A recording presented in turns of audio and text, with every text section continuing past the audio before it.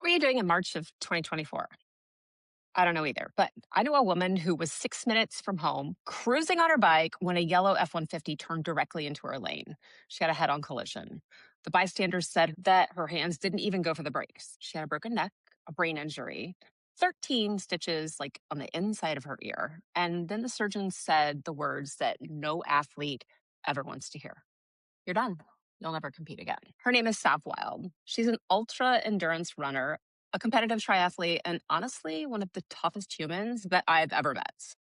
I interviewed her on my podcast, and I was so blown away that I had to come back and share this with you because her story isn't just about a bike accident. As a matter of fact, I missed the entire plot the first time I did a podcast with her. We talked about anxiety and managing your nervous system. And I was so enthralled by the fact that she ran as far as she does that I didn't even get to the good stuff. This episode, though, is about the exact moment that you have to decide: am I going to let this define me or am I going to choose something else? And if you're thinking, but Megan, I didn't get hit by a truck, I know, but you probably have your own version of that moment, that injury, the failure, that meeting where you fell apart, the race where everything went wrong, the diagnosis that changed everything. Same decision point, same fork in the road. So stay with me because what Sav did next is something that you can use next time life knocks you off your bike or maybe completely off your rocker. So here's what happened.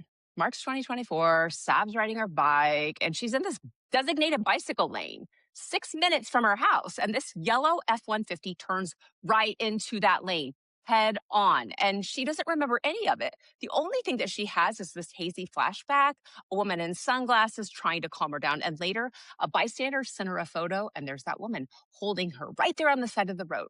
3 weeks in the hospital, short-term memory, totally gone. Friends would walk in and she had no idea who they were. A broken neck, 13 stitches inside of her ear, and she never got her hearing back. A brain injury on top of all of that. And the surgeons were totally clear. They're like, hang it up, girl. Hang up your bike, give it up. You're done. Forget competing. You're not going to do that again. And for me, when I'm listening to that, I'm like, yeah, please don't do that again. But here's what she did. Probably the same thing you would do, because most people hear that and they start grieving. And honestly, that's normal. And your nervous system will fire up and it will tell you, do not go there twice. That's human. But Sav, nah, she didn't grieve. She got curious.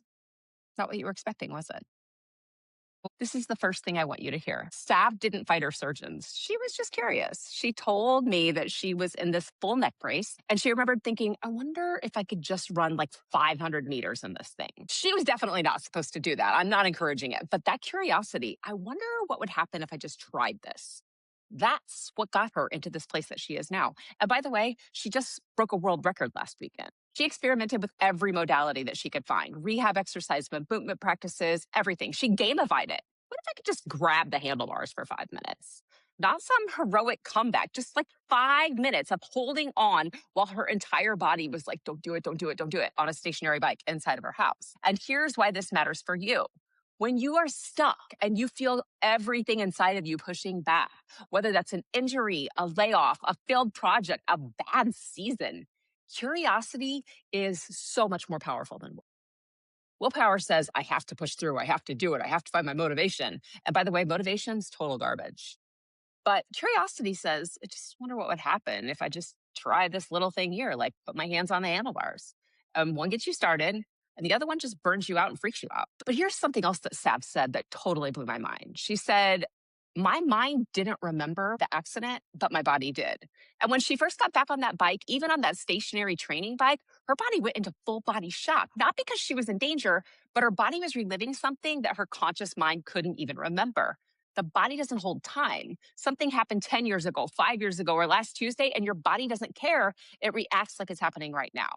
And I see this with my athletes all the time. The swimmer who choked on one race and now they panic every time they get ready to go into the turn. The executive who froze in a presentation and now their chest tightens before every single meeting, even the tiny ones. Your body's trying to protect you. It's not broken. It's doing its job. You just have to teach it that you're safe. Sav did that by building up slowly. 5 minutes on the trainer, then outside, still stationary, then in a group ride. And here's what's up. She told the group exactly what she was feeling. When she invited the people into that vulnerability instead of trying to hide it and act tough. And that took all the shame away. And this is where Sav's second framework comes in. And she calls it choosing joy. We're all looking for it. How do I choose joy? And she told me It's going to suck either way. The fear, the hesitation, the anxiety, it's whether I'm back on my bike or not. So then the question is, do I access the joy in the sport and what that brings me, or do I choose joy over fear? The anxiety can be a passenger in the car, but at least I'm driving the car. Love that so much because so many of us wait to not feel afraid before we do something. I'll go back to the pool when I'm not nervous. I'll take the promotion when I'm ready. I'll start that business when I feel more confident. But the truth is, the fear is there, whether you act now or later or never. So you might as well act and have the joy because you really can have both. Fear and joy are not opposites, they coexist. And the question is, which one's driving the car? If this story is hitting you, if you've had your own version of a setback that your body just won't let go of, I feel you. We've all got them because we're human. I want you to know something.